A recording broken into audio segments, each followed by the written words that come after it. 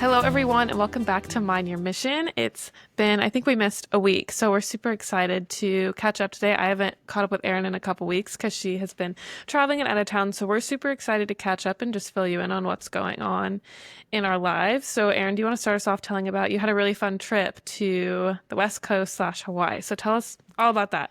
Yeah, I want it's to hear about it. it's funny because I feel like we only missed one episode, but I feel like I haven't talked to you in like weeks. So I I'm know. excited to catch up and we're just gonna chat because life right now includes a lot of different topics, and so it's kind of fun. We'll just cover a bit of all of it. But yeah, so big picture, this trip was prompted by my sister getting married. She got engaged in November and then married a few days ago. And she has been dating her now husband for 5 years. They started dating during COVID when they were 16 years old, and they're 20 and 21 now. So it's crazy. They seem so young, but also they've been together forever. So it's like it just makes sense. So that was the reason for our trip. And my family all lives in Washington, and so to kind of split up the travel a little bit, because we took four total 5.5 hour flights. But to split that up, we first flew to Washington, stayed there for 4 days, and visited my family and some friends that I still have from home, and just did all the fun Washington things. The weather there is beautiful right now. It's like 70s, which is ideal for me in the summer. And my son had so much fun playing with Grandpa on the tractor. And my parents, they have a decent amount of property, so he just loved walking around. And they recently planted baby trees, so they went and checked on the baby trees. And we just, yeah, had a really good time there. And then it was nice because we were able to adjust to the 3 hour time change when we were there, which traveling with a toddler, all this kind of is intertwined in the trip. Traveling with a toddler, I feel like it went super well. And I feel like a huge part of that is that my expectations were just really in line with reality, I think, because I know my son. I know what his developments are right now. I know like where he's at. And so some things, of course, I'm like, oh, that could have gone better, or oh, that was better than expected. But overall, I feel like my expectations were pretty on par.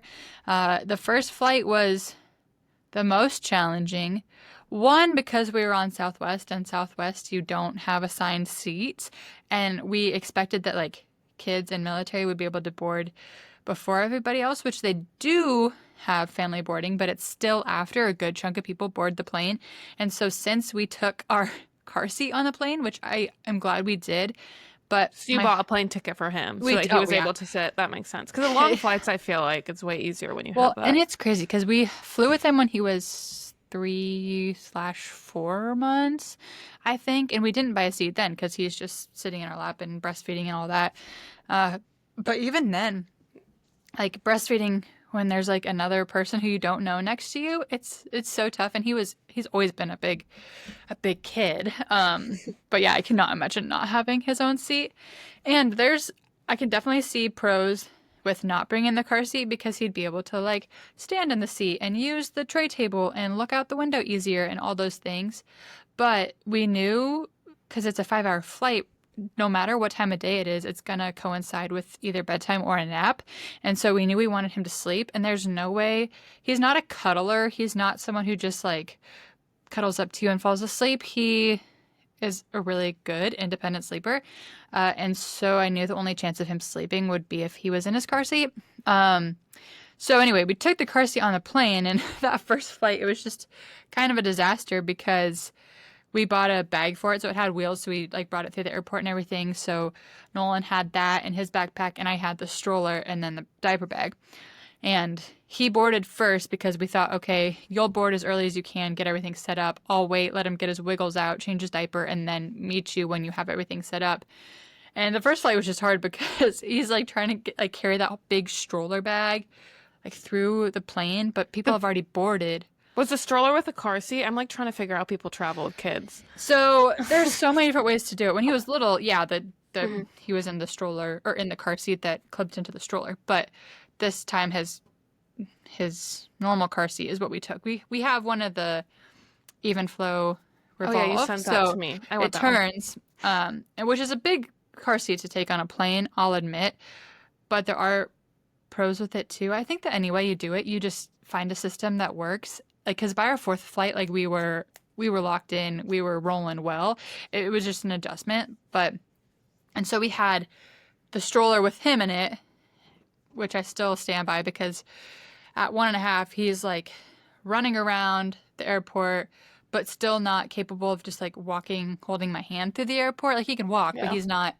he's still like bright, shiny object, like goes every which way. So it's nice to be able to strap him in and have him just settled there. And then Nolan had the car seat and it has wheels in a bag. So he like pulled it Oh. like a suitcase through the airport. Oh, that's nice. That's good to know that Yeah. it has that. And so do you check the stroller at like the gate? Yes. So we Okay. gate check the stroller. You go up to the people and they put a little tag on it, and then we roll it all the way down the ramp with him in it, take him out last minute, fold it up, they Okay. put it right on the plane, and then it's waiting for you when you get back. Okay, I was wondering how this all worked. Yeah. Yeah, you learn. Well, and with little babies, I I just had Weston in the carrier the whole time. Like that is the way to go when you have a little baby, because then you have your hands, but they're strapped to you, they're safe, whatever. Like that's And you the just easiest. do you just check the car seat because you need that for like when Yeah. say you're going in a car? Okay. Yeah. Yeah. Yep. Or like my parents had a car seat in Washington, Okay. so like we didn't even need one our first Okay. travel adventure. But anyway, so the first flight, Nolan kept the car seat in that big bag, and so he was just like, as he's walking down the aisle, all these people had already boarded, and so he's like hitting people as he walks down the aisle, and he probably hit like every single person on his way down. After that, we learned to just take the car seat out of the bag right before we get on the plane, just so it's a little narrower. Plus, people can then see what it is and be a little bit more empathetic. Plus, the rest of our flights were Alaska, and we boarded like way ahead of everybody else, and so, Yeah. or Nolan did, to get everything set up, and so it was seamless after the first one. And it's interesting. I will say, I kind of already mentioned this, but you do just learn as you go. And I am someone who loves to be prepared. Like I've watched all the toddler travel videos and got all the toys and had all the snacks and all these things. And I have to say, like, I think it's good to be prepared, but just like everything in parenting, your instinct is just so good. I'm always impressed, like, how me and Nolan can just like pick up on Weston's needs, and how, especially with Weston on this flight, since he is 1.5, he's observing and absorbing so much in this stage of life. And the difference between our first flight and our last flight, like first flight was a little nervous. There's so many people, like you could tell he was just getting anxious. Like he was a little bit more stressed, but by the end, like he had seen a plane ride, he had seen the clouds, he learned so many new words. It's just crazy how perspective, even though he won't remember this trip, he will have grown from this trip. So that was a cool thing to see too, and just how, like, it'd be so tempting to have one flight and then be like, okay, I'm not going to do that again until he's like 5 years old and can sit and be content by himself. But I would just encourage parents to like work through their growing pains, because experiences like that grow not only you, but them too. So yeah, that was cool. And then it was really nice too, because once we got to Washington, the rest of our flights were with my parents.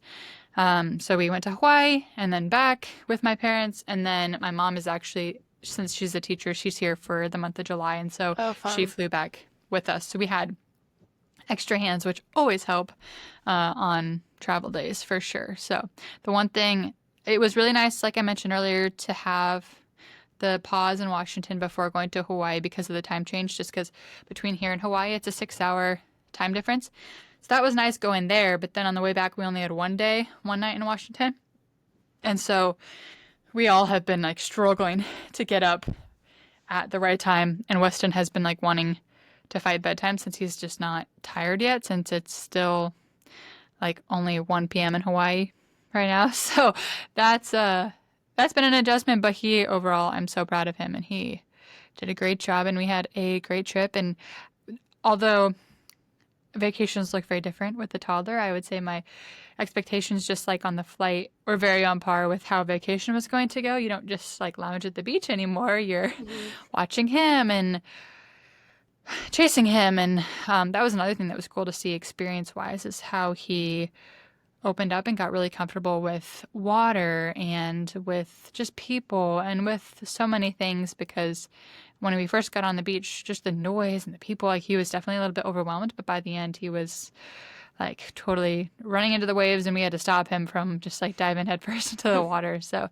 was a lot of fun. And he was diving headfirst into the sand. So that was a lot of work. And it was funny because we had like the non-toxic sunscreen, but it's super like thick, and as soon as it touched the sand, it just like all stuck, and you can't wash it off without soap. So it was an adventure, but it was a lot of fun. And my sister's married now, and also I'm just kind of going off on all of it.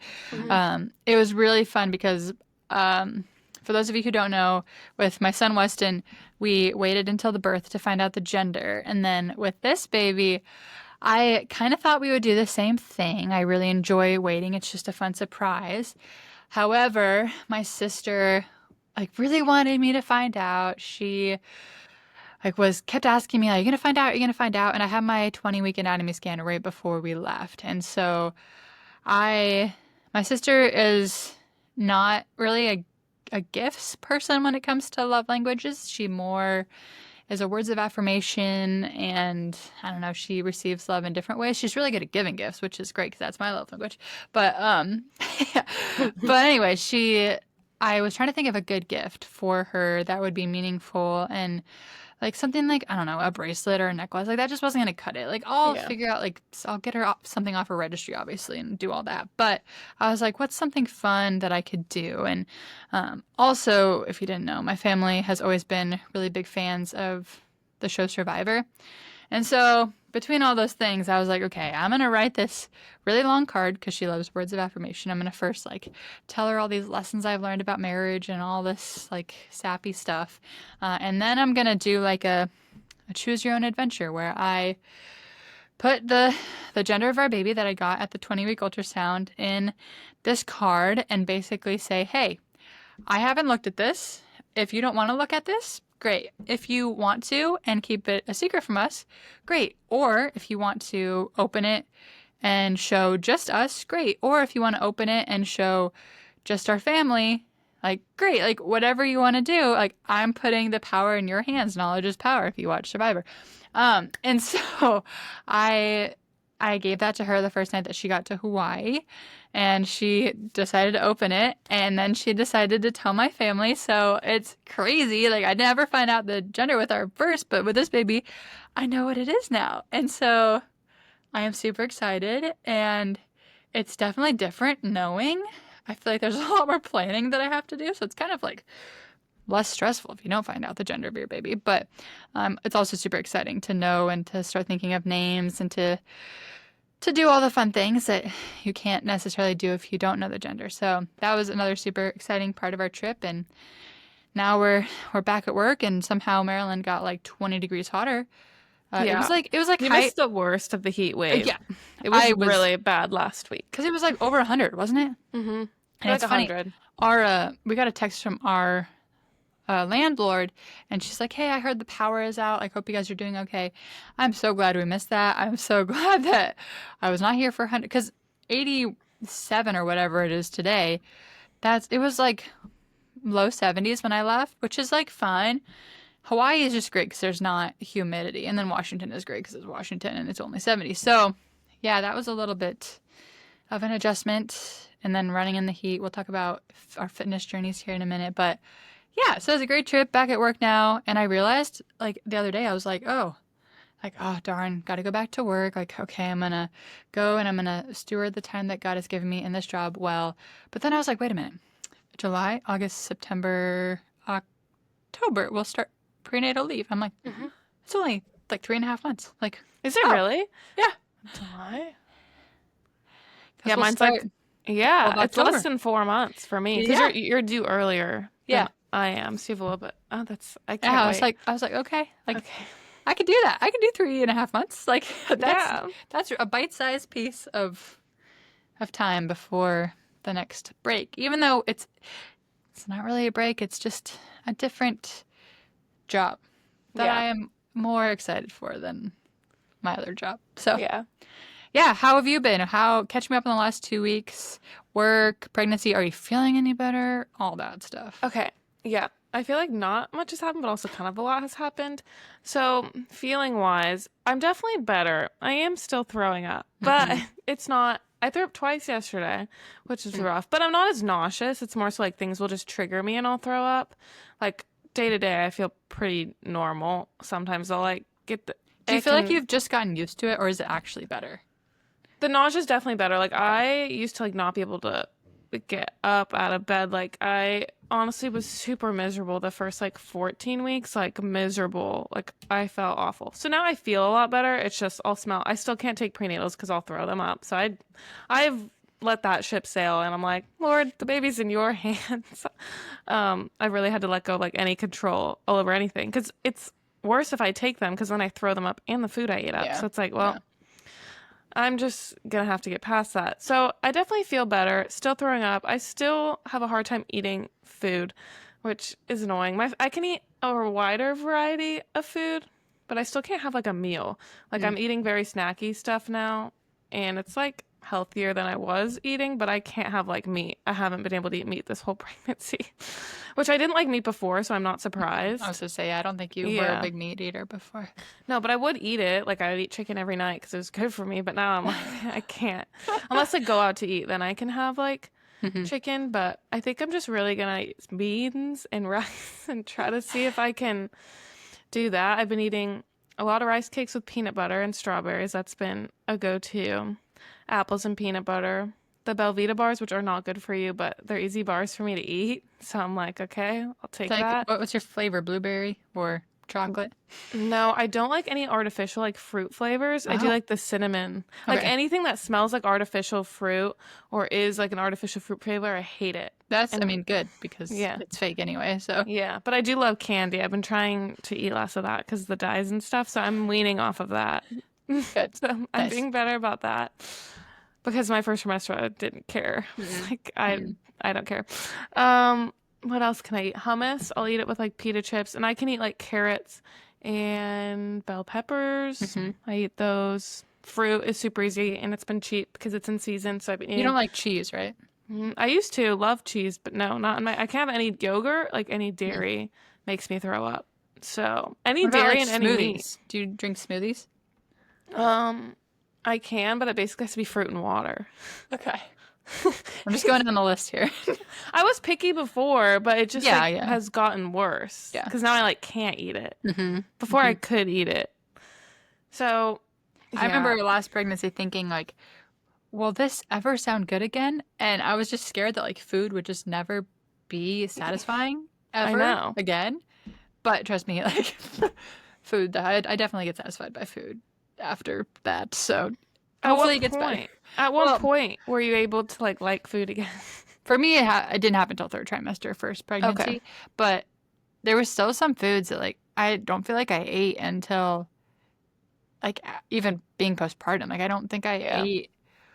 I mean, even like I don't know, lettuce. Lettuce got better third trimester. There's some things that like I didn't want until I was postpartum, which is kind of interesting. So I feel like that's like what's gonna happen to me. I do love lettuce though. I like salads. I don't know, but That's good. meat is yeah. So I feel like that's where I'm at. I'm like, yeah, it's probably just gonna be like this for the rest of pregnancy. And like, it's definitely better. Like I would have been on medication if I would felt like I did in my first trimester. But I don't take Unisom anymore, and I haven't gotten good. anything prescription. So I'm like, Wow. so I haven't been taking anything. I don't think I need it. Like it's not. I don't think it's really gonna change my taste buds and like what I like eating. And throwing up isn't that bad. It's not every day anymore. So I'm like, I'll deal with it. It'll be fine. So symptoms are definitely better. Other than that, I don't really have a whole lot of symptoms. I had like really bad back pain the other night, but I think I was just like sleeping weird and it like made my back hurt or something. Do you That have only lasted for one night. 2 questions? Do you have a bump yet, and do you have a pregnancy pillow yet? I do have a pregnancy pillow. My bump, I have one, but you wouldn't like if you saw me on the streets, like you wouldn't know I was pregnant at all. But if you know I'm pregnant, you can kind of tell there's something there. But not really. Like I still don't really look pregnant. I still kind of feel like my body feels the same, honestly, that it did pre-pregnancy, other than like I feel a little bit bloated. Like I can't really button my jeans anymore because they're all high-waisted. Yeah. So I definitely have gotten a little bit of a belly, but you just can't tell. Yeah. So Well, even me, like I definitely have a bump, and like if I wear a dress like I am today, like you can definitely see it. But based on what I wear a lot of the times, which is like baggy t-shirt and shorts, like on a run, like, I don't know. I do not look like one of those, like, cute pregnant running girls. I Neither. just look like it's leftover from Weston, to be honest. So Yeah, I'm the same way. I do not wear I cute don't feel like clothes. I, like, looked pregnant until, because we're so tall. I don't feel Yeah. like I looked pregnant until, like, the end of third trimester, to be honest. So, That's what the people at work are like, how far along are you? Like because they're you're like, still not in the maternity uniform. I have started wearing the pants just Okay. because my other pants were dirty and I was like, Yeah. these ones are comfortable. Yeah. But my shirt, I'm still wearing the regular shirt. Like I could still wear my old pants, but they were dirty and I just was like, well, I have Yeah. these. So, but people at work are like, because I'm 20 weeks now. Yeah, So halfway. I know. And people are like, you're pregnant? You sure? Yeah. They're like, oh, you're pregnant? I'm like, yeah. Yes, I Yeah. am. I am. Promise. Yeah. But I'm excited to have a bump. I'm like, Mm-hmm. I want one, but I know it'll take time. It's fine. But other than that, I feel pretty good. I started feeling like little like movements that at like 18 weeks, I think. But I get stressed because I feel like I don't notice them unless I'm like solely just paying attention. I don't know if that's how it is, like early pregnancy. Sometimes I'm like, is he in there? Like, oh, I just said the gender, but I don't really care. Everyone knows the gender at this I know, point. that's so funny. So Wow. I'm like, Liz is having a boy. yeah. Woo! I'm It's having funny. a boy. I call him his name. Like my mom like is asked about your pregnancy. I'm like, oh yeah. I know. It's so fun calling him by his name. But yeah, I've been stressed. Like today, I'm like, yesterday, I feel like I felt kicks, and today, I'm like, I haven't. But it's so early. I don't think you can actually, I don't think it's a big deal, is what my OB said. So I'm trying Yeah. not to focus on it because I feel like I'll stress myself out. Well, yeah, I stressed myself out before a trip because I hadn't really felt anything. And sure enough, that ultrasound, because second pregnancy, I know what it feels like, and they say you're supposed to feel it sooner. And with Weston, I feel like I felt it around 16, 18 weeks. And so I was like stressing myself out. And sure enough, I have an anterior placenta, so it's in Oh. front. But also this baby, I think, is just probably more chill. So Yeah. I think it's A both mix of and. both. How would you describe the feeling to someone who's never felt it? I don't know. People tell me butterflies, but that's not what mine feel like. Mine just feel like a little poke. Hmm. And Matt he's felt one of them once. Yeah. So you can feel them from the outside, but barely. You really have to be like paying attention. And I can't even feel them unless I'm paying attention. Interesting. Yeah, Is it- I always struggle because flutters is what people say, which I guess I don't know that I can think of a better word for it. This is really, really random. But sometimes the feeling, I'm not wearing my watch right now, but you know, like when a watch buzzes like from a message or something, sometimes I feel like it's almost the same sensation, like, but in my stomach, like of Just the like- buzz of my Apple Watch, which is kind of weird. Yeah. But Mine don't feel like flutters. Mine are just like boop. But maybe Huh? that's just how I'm describing it. I don't know. you haven't had your ultrasound yet, right? No. Well, no. Because that's after I come back from Indiana. But me and Matt, so Matt is gone this whole month of July, which we found out last week. Oh. Or maybe the week before. So Matt's working for the month of July, which is fine. Whatever. I'm used to it. It's only a month. But he's going to miss the anatomy scan, which I feel like, did Nolan miss your anatomy scan? Yeah. Yeah. First one. Yeah. Yeah. And So- he wasn't even there for this one, so.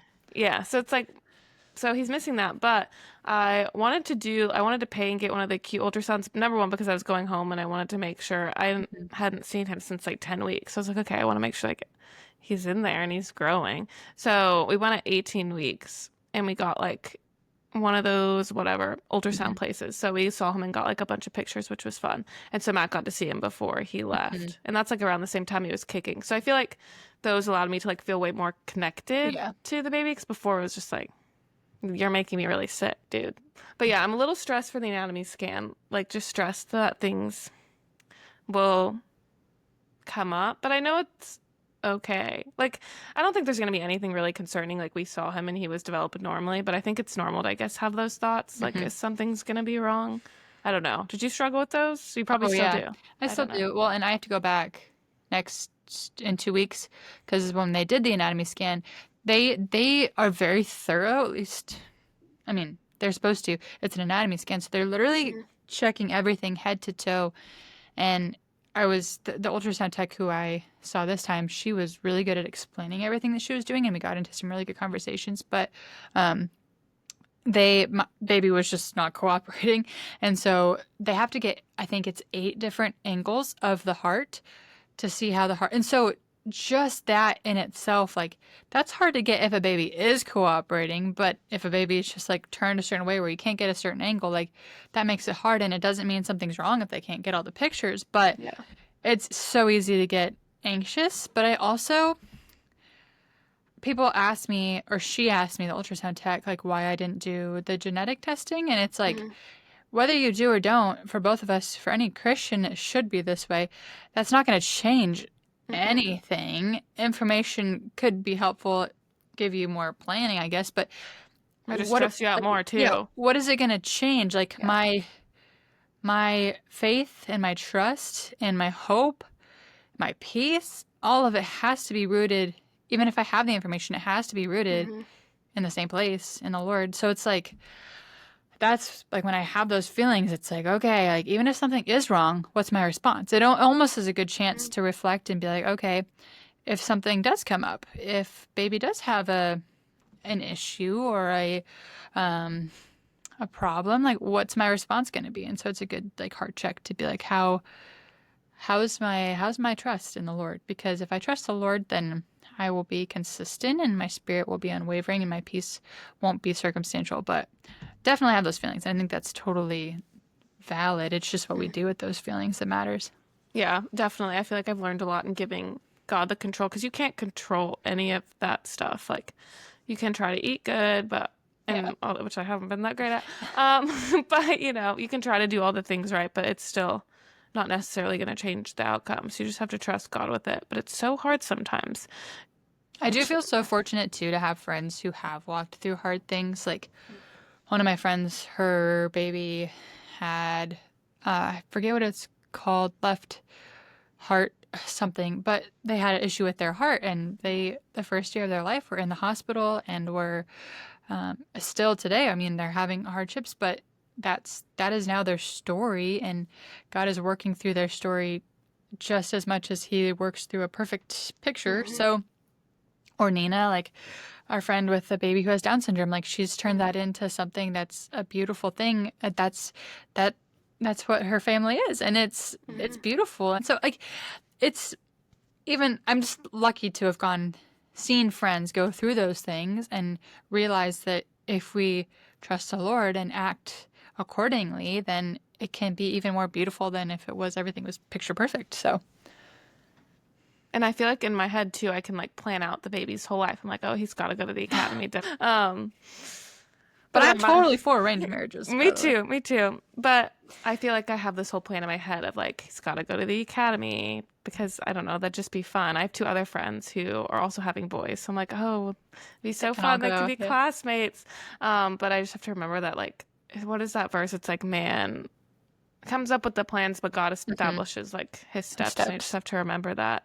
I said it wrong, but the premise is the same that whatever God has for this baby is the best plan, and I don't need to like take it in my own hands to plan it. I mean, I can pray and hope because it'd be Hmm. fun to have um our son go there, but ultimately it's in the Lord's hand. I don't want to force him Yeah. to Yeah. go there, but I can encourage. Yeah. For But sure.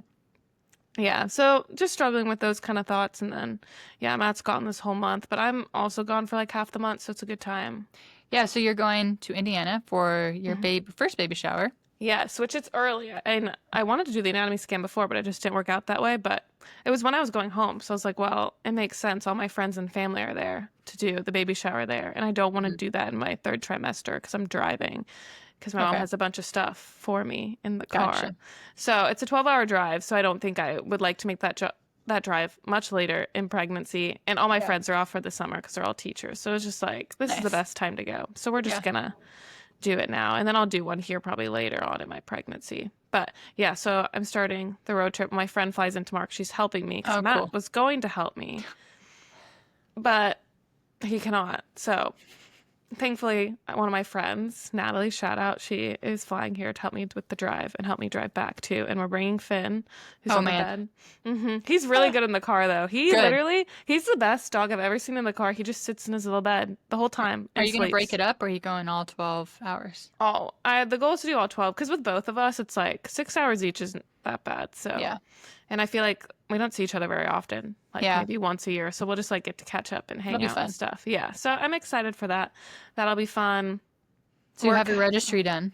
Yes. My registry's been done since probably like 12 weeks or something. Which is so funny. I think either next episode or shortly after, we definitely should do like a, I don't know what to call it because judging sounds like really harsh, but just like a first time mom or second time mom judges or whatever word I come up with. First time mom registry. Just because there's so many things. Most of it I'm like, heck yes. Like it's you don't need it all. Some of it, but also it's just fun to learn. And again, it's all so circumstantial per kid, per household, per whatever. But there's definitely stuff on there like we don't need. It's like nice to have. So I'm like, well, man, I put this on here. If no one gets it, like whatever. Or I've gotten a lot of stuff on Facebook Marketplace, and I'm gonna wait till after the shower to see like what other for a lot of the big things because I don't want to pay full price for that. The big stuff that I want. So, but yeah, no, we should do that. But yeah. The only thing that we have really talked about consistently via text is running. Oh, yeah. Because if you haven't been around, Liz and I back in January, I think, or maybe February, started a walk to run program. For Liz, it was like post-hip surgery. And then for me, it was just like postpartum. I'll still claim that as postpartum, even though it was a year. It's still postpartum. But we wanted to work up to a 5K that we saw that was scheduled for July. And so that 5K is in 2 weeks from now. How's your running journey going, Liz? It's been so hard. As someone who has like been a runner for years, like normally running is not that hard for me. Like I've taken breaks, like a few month breaks running and gotten back into it pretty easily. And it hasn't been like this hard, but getting back into it, I stopped running in October. I was training for a marathon, and that's like when my injury got pretty bad. So I hadn't run from October to like, other than maybe some walk runs like sprinkled in there before surgery since like October to May, which I've taken a break that big before, honestly, when I moved to Texas. And it wasn't this hard to get back into running. Like I think my first run back after I had like probably 6 months off, I ran 4 miles. This is not now. This is before pregnancy. Wow. And I was like, okay, that was hard, but like, it's fine. But being pregnant, I'm like, I could run for 2 minutes, and that's about all. Like in the beginning, I was like, it was in the first trimester too, so I felt worse. Sick, yeah. So I was like, oh, I've never had this much trouble running. So it's been humbling. Like I'm still very much struggling. Like, my marathon pace, just to put it into perspective, like, was like an 8:15 for like 26 miles. Yeah. Which, I mean, people run a lot faster than that, but like, that was like a good pace for me. Like, it was tough, but not like I couldn't hold it for a few hours. But now my pace is like 12 minutes, 12:30, which is crazy. Which is normal. All my pregnant friends, it's also like the pace I feel like they run. But I'm just like, and I can't run for more than like 10 minutes at a time. The heat isn't helping. I did run, I think the most I've ran at once, I did 25 minutes, but I took a break halfway. And that's the most I've ran. And I don't know my distance, honestly. Definitely not 3 miles. So anyways, Erin and I have been training, to say the least, for this 5K. We're going to walk run it. It'll be fine. There's no pressure on it. Obviously, we're pregnant. So it's like, this is just a fun way to like get moving and stay active, which I feel like I have been able to like be active this pregnancy despite feeling pretty sick. Like I've been doing a little bit of strength training, some running. So it's been good. Like I'm definitely not in like the best shape of my life, but I am moving, and that is good because, it's good to move. How's it been going for you? Well, I was going to clarify that was the goal more than anything is I knew for me, it's so funny because for me, I feel like the question of how has it been going? It's almost opposite. Like it's been going great. And it's not because we're in any different spot now. It's because my pace is a 12:30, 13-minute now. And I can run today on the treadmill was the longest I had gone, 2.5 minutes, and I did stop because I had to go to the bathroom, and that's going to be the biggest variable, I feel like, on this You mean run. 2.5 miles? You ran 2.5 miles? Oh, yeah, I ran You said 2.5 2.5 miles. minutes. That's so Oh, no, exciting. 2.5 miles. I was gonna try to do But 3 tomorrow just to see if I could do it. I don't think I can. well, treadmill like made a huge difference because it's Okay. air conditioning. Yeah. But anyway, I just know myself in the sense that like I can be competitive, but only if it's I don't think I'm very competitive with myself. I'm competitive when I have other people. I'm competitive against other people. Let me just say Yeah. it. And so if I know that like Liz is doing this thing, and this is probably like revealing something about my character, which I should address, but it's been good accountability. I'll call it accountability to make it sound positive. It's like I have to do this run because I'm running 'Cause I this knew 5K I with like Erin, I and I don't want to needed be the slow one. like I knew I needed somebody else to be doing this with me, and so it's been a lifesaver, a game changer for me, and it's proven a lot of things to me that I don't know that I realized because I had baby number 1 in January of 24. So it's been a year and a half, and I remember postpartum in about March. So he was born in January. In about March, I had made a goal that I wanted to run a 5K. At that point, it was by June. So within 6 months of being postpartum, I wanted to run a 5K. That didn't happen. And then I made it a goal to run a 5K within a year. That never happened. And it didn't happen because I couldn't do it. It happened because I didn't try, and I didn't prioritize it. I didn't have the discipline. I didn't have the structure. ChatGPT has been like a lifesaver because I have since like also made a little strength training plan for the rest of pregnancy. Like I think it's proven to me that I didn't accomplish that goal because I can't do it. I didn't accomplish the goal because I didn't try. And so it's because now like this plan literally starts at 4 minutes of walking, 1 minute of running. And that was like when we got to like the ratio being more running than walking, that was a challenge. But like it so slowly built up, and now I'm like running for 25 minutes straight, and I can do it, and I'm fine. And I'm 22 weeks pregnant. Like that last pregnancy blew my mind that people could work out while they were pregnant. Like I barely walked when I was pregnant last time. Like I remember towards the end of my pregnancy, because I had gone over the due date, people were like, oh yeah, you should be walking 3 miles a day. And I'm like, I could barely walk down the block. My bladder feels like it's going to fall out, and my body's so tired. So like this pregnancy is like completely different. I feel so good. And there's so many factors, of course, but moving my body has shown that my body, if I want it to be, can be physically strong if I put in that work and have the discipline and prioritize it. And then it's also translated because now at this point, like I can definitely feel it in my pelvic floor. Like I've definitely gotten stronger over the course of the little program we're doing, but I also know that come July and after our 5K, like I'll definitely like be ready to start decreasing because my body just is like kind of telling me to take it easy. That's what I felt the other day too, because I was having pain down there. And I was like, okay, maybe I won't. I would walk one day instead of ran. I don't want prolapse. Like I looked that up today, what that actually is, because I've heard people say that before, and then I was like, so I don't want my uterus to like fall out. That's not what I want. So I don't even know if that's actually what prolapse is. It's my summary from my 2 minutes of research. But anyway, I don't want that to happen, so I'll be ready to like decrease. But what it showed me is that I have the discipline, and that even when I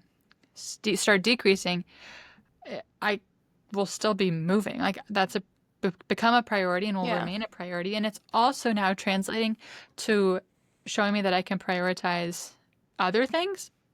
So, like I said, I asked ChatGPT to make me a strength training program that would help lead me to a strong labor, and that would kind of help me progress on the way there. That's only 20 minutes, 2 times a week. And so I am implementing the strength stuff more, pelvic floor, and then some like pregnancy stretching to just open up my body. And then also translating it to the spiritual aspect, I think come July when we do the 5K is also a perfect time to, and now even is a perfect time to like double down on some of the spiritual and mental preparation for labor. And so and even though I'll be decreasing the physical preparation load, I want to increase the spiritual preparation load. I re-downloaded the Christian Hypnobirthing app, and I think that you and I, if you're up for it, since I'm competitive, apparently, should find. I have like a list of scripture that's good for labor, and I would love to memorize a verse a week at Yeah, least. that'd be awesome. Just so we have at least like 15 verses like stored up in our brains for labor. So doing things like that, I feel like it's shown me that it's just a matter of being disciplined and having the obedience to just do it. And I just things are not as complicated as I like to make them. This is translating to like bigger things in life, but I'm just someone who will put things off. I'm a procrastinator, let's be honest. And it's just shown me that if something is important to me, I need to make time for it. So yeah, it's been really good for me. Yeah, me too. And I'm like, if I can get through that first trimester and like, I didn't work out super heavily, but in workout, I'm like, I can do anything. I can do anything. That's how you feel after labor. After you get through labor, you're like, anything else? Easy. Done. Let's do it. Yeah, I really want to prepare well for labor so that I'm not taken off guard. I'm someone who likes to train for things. Like if I, like the marathon, it's like, I'm not going to go in not training. I'm going to be very well trained so I don't have to go through as much pain. And I feel like it's similar with labor. Like I think if you prepare mentally and physically, I don't know, I've never given birth, but I think it can be a smoother process. But you also never know what's going to happen. But it can't hurt. That's for sure. It can't hurt to be prepared. Cool. So I hope you guys enjoyed this little life update. We just kind of chatted because Liz and I hadn't talked in a long time, but I hope you guys had a great 4th of July, you're having a great summer so far. We're officially like well into summer, so hope you guys are surviving the heat if you're in somewhere that's warm like where we are. I'm just not a humidity girl, so like if you are, I've decided I'm like gonna mind over matter and just not complain because otherwise pregnancy in the summer is just not great. But I am looking forward to the fall, like being big pregnant October, November, like that'll be great. So get the Costco inflatable pool. It has made like the hot summer. It's like $50. I got it and I just like will sit in it. It's the only way to be outside when you're pregnant. Yeah, we have a splash pad. We have a water table. We got neighbors with pools. Yeah, we are, because with a toddler, he wants to be outside all the time. So we are figuring it out, and yeah, it's not easy, but we're doing it. So yeah, hopefully you guys will stay tuned for future episodes. We'll dive into more pregnancy and non-pregnancy related things, and of course we will tie it all back to the truth of the gospel. So we love you all, and with that, this has been Erin and Liz helping you find your mission.